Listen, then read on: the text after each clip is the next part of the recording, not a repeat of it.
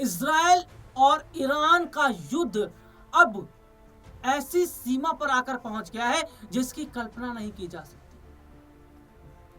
Iran के supreme commander Khamenei की मौत के बाद ईरान में बवाल मचा हुआ है और अब बदले की लड़ाई की बात की जा रही है। ईरान के सुप्रीम लीडर खामनेई की मौत हुई है, उनके परिवार के लोगों की मौत हुई है। ये ईरान की जो मीडिया रिपोर्ट है उसने ये दावा किया, उन्होंने ये पुष्टि की है। लेकिन ईरान और इजराइल का ये जो युद्ध है इसका पूरे विश्व पर असर पड़ेगा साहब, इसका पूरे विश्व पर असर पड़ेगा, चाहे वो महंगाई को लेकर हो या तमाम चीजों को लेकर। और खामनेई के मौत के बाद सियासत शुरू हो गई है। भारत में इस मुद्दे पर लगातार चर्चा हो रही है। इतना ही नहीं, जो मिडिल ईस्ट के देश हैं वहां पर भी हालात खराब है, लगातार सायरन बज रहे हैं क्योंकि युद्ध चरम सीमा पर पहुंच गया। और ईरान ने बड़ी धमकी दी है।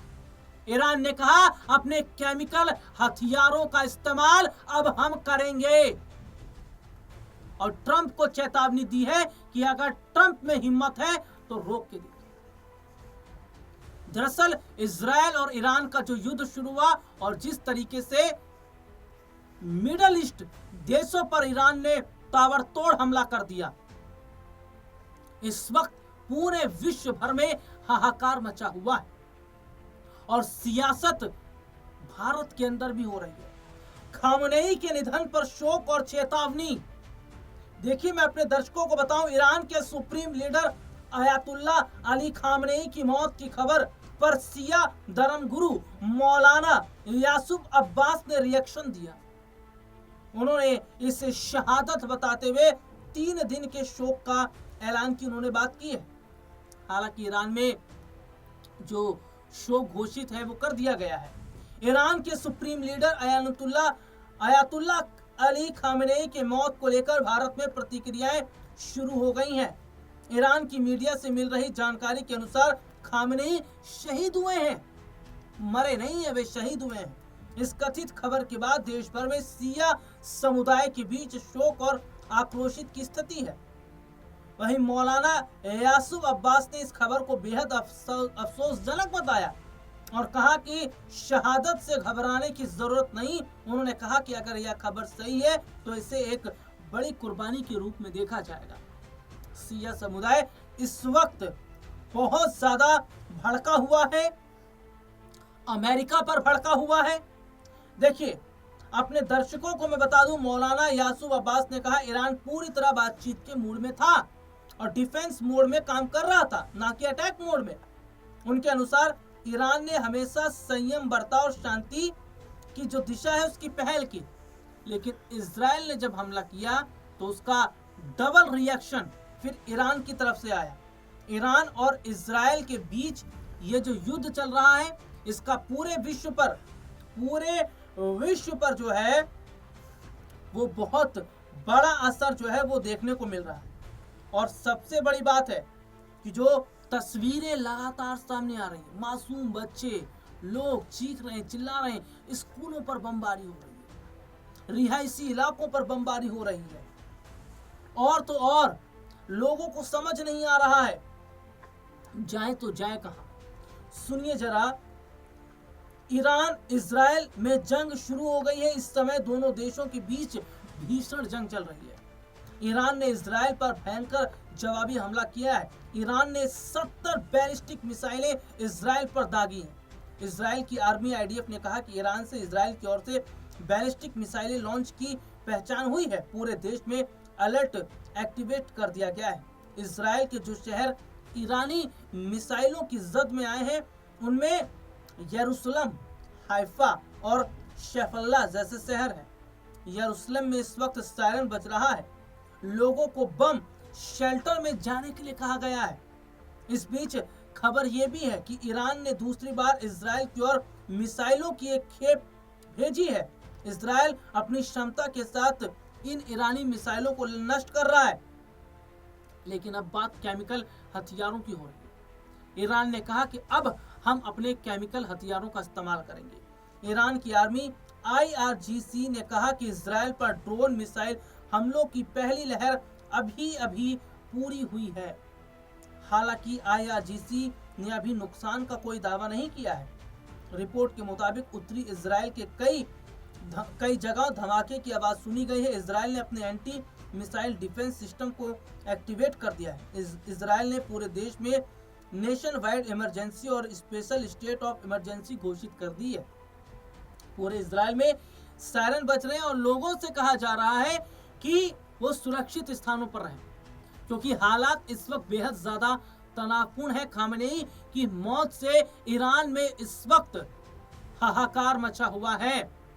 सड़कों पर आवाजें उठ रही हैं, वी वांट जस्टिस, हमें बदला लेना, इस तरीके की आवाजें उठ रही हैं। और यही वजह है कि ईरान की तरफ से ये बड़ा ऐलान कर दिया गया कि अब केमिकल हथियारों का इस्तेमाल होगा। हालांकि इजराइल जो है वो अमेरिका के इस वक्त संपर्क में, क्योंकि इजराइल को अगर मदद सबसे ज्यादा कहीं से मिलती है तो अमेरिका से मिलती है। डोनाल्ड ट्रंप, अमेरिका के राष्ट्रपति डोनाल्ड ट्रंप, ना जाने वो क्या करना चाह रहे हैं या क्या सोच रहे हैं, क्योंकि डोनाल्ड ट्रंप की अगर मैं बात करता हूं तो डोनाल्ड ट्रंप के आगे क्या प्रधानमंत्री नरेंद्र मोदी भी झुक गए हैं क्या? क्योंकि जिस तरीके से हम रूस से तेल खरीदते थे, लेकिन रूस से तेल ना खरीद के अब हम अमेरिका से तेल खरीद रहे हैं,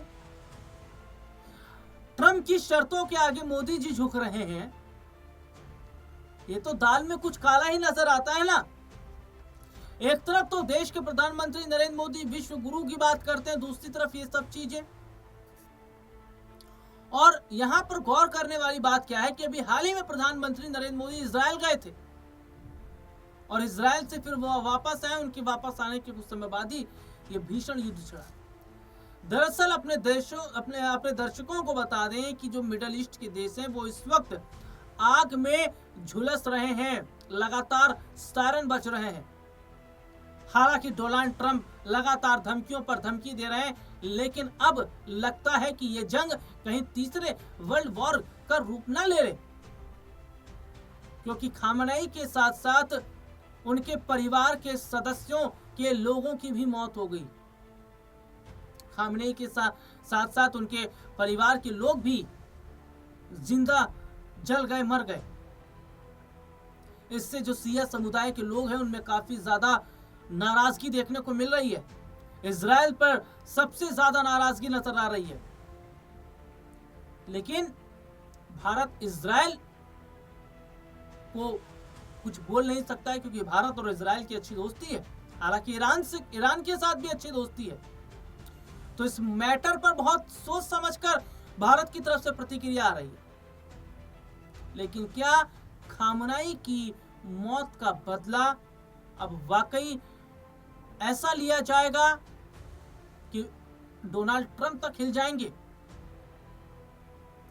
और इन दिनों देखा भी जा रहा है कि विश्व के स्तर पर चीजें कितनी खराब हो रही हैं। कुछ समय पहले देखने को भी मिला था वेनेजुएला की जो स्थिति नजर आई थी। वेनेजुएला में कितने बुरे हालात हुए, और उसके बाद हम देखते हैं कि बांग्लादेश के अंदर भी स्थिति खराब हुई थी। तो यहां पर यह देखा जा रहा है कि विश्व के स्तर पर जिस तरीके से चीजें खराब हो रही हैं, जो हालात इस वक्त हैं, वो ये साफ बताते हैं कि क्या देश जो हैं वो तीसरे विश्व युद्ध के लिए तैयार हो रहे हैं क्या? और क्या अब जो लड़ाई लड़ी जाएगी वो तीसरे विश्व युद्ध की एक आहट है? क्योंकि खामेनेई की जो मौत है वो ईरान के लिए सबसे बड़ा सदमा है। अब इस सदमे से कैसे ईरान खुद को उभारेगा, ये देखना।